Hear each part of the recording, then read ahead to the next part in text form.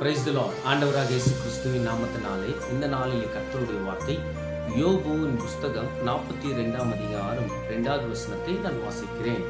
அவர் செய்ய நினைத்தது தடைப்படாது என்பது நான் அறிந்திருக்கிறேன் என்று யோபு விசுவாசத்தோடு ஜெபித்துக் கொண்டிருக்கிறார். கர்த்தருடைய பிள்ளைகளே, நம்மளும் அந்த வார்த்தையை சொல்லி நம்ம ஜெபிக்கிற பிள்ளைகளாக நம்ம இருக்க வேண்டும்.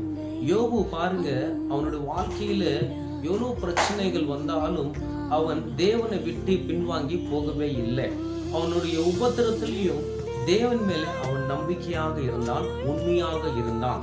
இன்னைக்கு உங்களுடைய வாழ்க்கையில எவ்வளவுதான் பிரச்சனைகள், எவ்வளவுதான் துயரங்கள், எவ்வளவுதான் கண்ணீர் இருந்தாலும் தேவனை விட்டு பின்வாங்கி போவாதீங்க. ஒருவன் என்னை விட்டு பின்வாங்கி போனால் அவன் மேல் என் ஆத்துமா பிரியமாக இருப்பாது என்று பைபிள் சொல்லிக் கொண்டிருக்கிறது. கர்த்தருடைய பிள்ளைகளே, யோபு சொன்ன ஜெபம் நம்மளும் செய்யலாம்.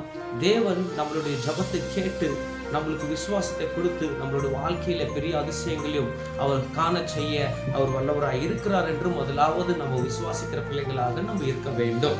பாருங்க, யோபுக்கு இருந்த பிள்ளைகளும் மரித்து போய்விட்டாங்க, தனக்கு ஆசையும் போய்விட்டது. ஆனாலும் அவனுக்கு பெரிய ஒரு நம்பிக்கை என்னவென்றால், கண்டிப்பாக என் தேவன் ஒரு நாள் என்னை அவர் ஆசீர்வதிக்குவார், ஒரு நாள் என்னை உயர்த்துவார் என்ற அந்த நம்பிக்கை நிச்சயமாகவே கர்த்தர் அந்த நம்பிக்கையை அவனை காப்பாற்றி அவனை உயர்த்தி அவனை நடத்தி அவன் விசேஷ விதமாக யோபின் வாழ்க்கையிலே ஆசீர்வாதத்தை கர்த்தர் அவனால் கண்களுக்கு முன்பதாகவே கர்த்தர் அவனை பார்க்க வைத்தார். கர்த்தருடைய பிள்ளையே, இன்னைக்கு யோபு போல உனக்கு வாழ்க்கையில பிரச்சனை இருக்கிறதா, துயரங்கள் இருக்கிறதா, உன்னுடைய வாழ்க்கையே இன்னும் மாறவில்லையா, உன் குடும்பத்துல யாரனா மனம் திரும்பவில்லையா, உன் குடும்பத்துல அநேக சண்டைகளா, பிரச்சனைகளா, கவலைகளா, கண்ணீர் பள்ளத்தாக்கத்துல ஓடிக்கொண்டிருக்கிறீங்களா?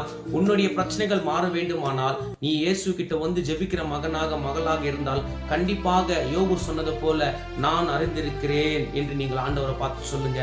அவர் செய்ய நினைத்தது தடைப்படாத வாழ்க்கையில அவர் செய்ய நினைத்தது எந்த காரியமும் ஆகட்டுங்க, எல்லா காரியமும் வாழ்க்கையில கண்டிப்பாக நிறைவேறும். அது நிறைவேற நாள் வந்துவிச்சு என்று விசுவாசிங்க. கர்த்தர் நிச்சயமாகவே உங்க குடும்பத்தை ஆசீர்வதிக்குவார், நிச்சயமாக வழி நடத்துவார் என்று நான் விசுவாசிக்கிறேன். கர்த்தர் தாமே உங்களை ஆசீர்வதிப்பாராக. ஆமேன், ஆமேன், ஆமேன்.